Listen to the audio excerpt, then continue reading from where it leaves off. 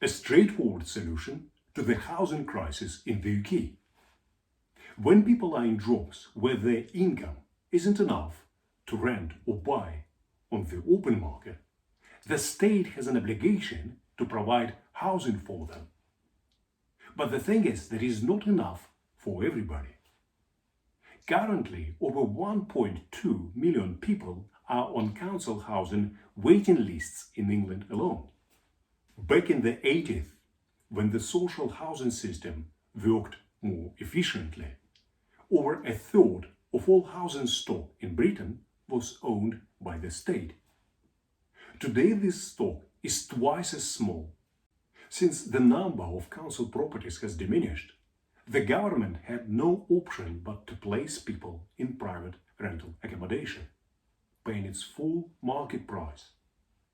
Today, the National Housing Benefit Bill reaches almost £30 billion a year, and it will become even higher as landlords put up their rents as their mortgages go up. Despite high prices, the UK private rental market is notorious for its bad quality. Private landlords take advantage of the situation because they know the local authorities wouldn't come with inspections since they've got nowhere else to put their social tenants. That's why much of such housing is substandard. There is lack of repairs, mold, poor ventilation, and inadequate thermal isolation. Millions in the UK live in bad housing conditions. Some economists believe that bad housing is at the heart of many social problems. If we want to tackle these problems, we have to give people decent places to live. The solution is simple. The UK government has to stop relying on third parties to solve the housing crisis and has to allow people to take their fate into their own hands and help themselves. With the money that the state spends every year on social housing, it is possible to turn most of social tenants and people on council housing waiting lists into homeowners. There is a big difference between living in rented council accommodation and owning your own house. The way owners treat and look after their homes, the economic efficiency of home ownership, and how homeowners position themselves in society are completely different from social tenants. Home ownership certainly has become a big British dream for many. The government recently took a step towards people's aspirations by introducing a right to build initiative. But the inaccessibility of land became a big obstacle. No land at a reasonable price has been provided to self-builders, and the commercial land market is in the hands of large corporations and speculators that keep the prices so high that it makes the whole right to build initiative uneconomical. The idea that could lead to the creation of millions of new homes in the UK didn't really work out.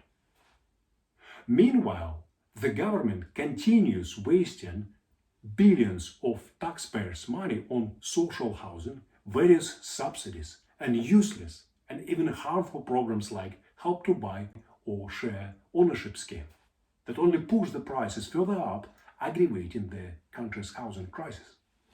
But the thing is, there is plenty of public land across Britain that can be used by self-builders. Such land has to be allocated either free or with a big discount. For instance, many local authorities across the UK retain parcels of underutilized brownfield sites.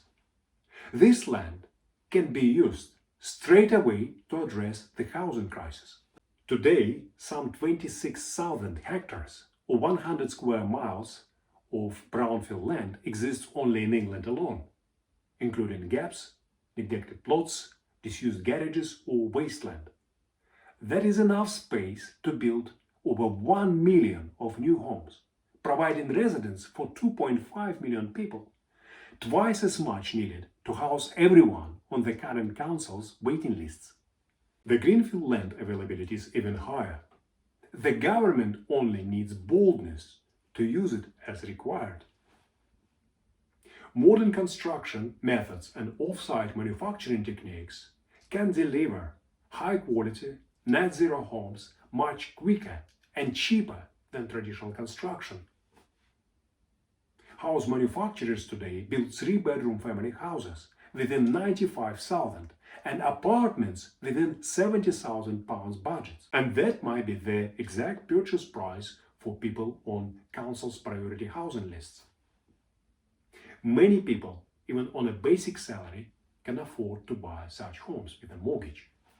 When the land is provided at a discount, some restrictions must be imposed on homeowners, not allowing them to retrieve the full market price if they sell these properties within a certain number of years. That will prevent housing prices from plunging.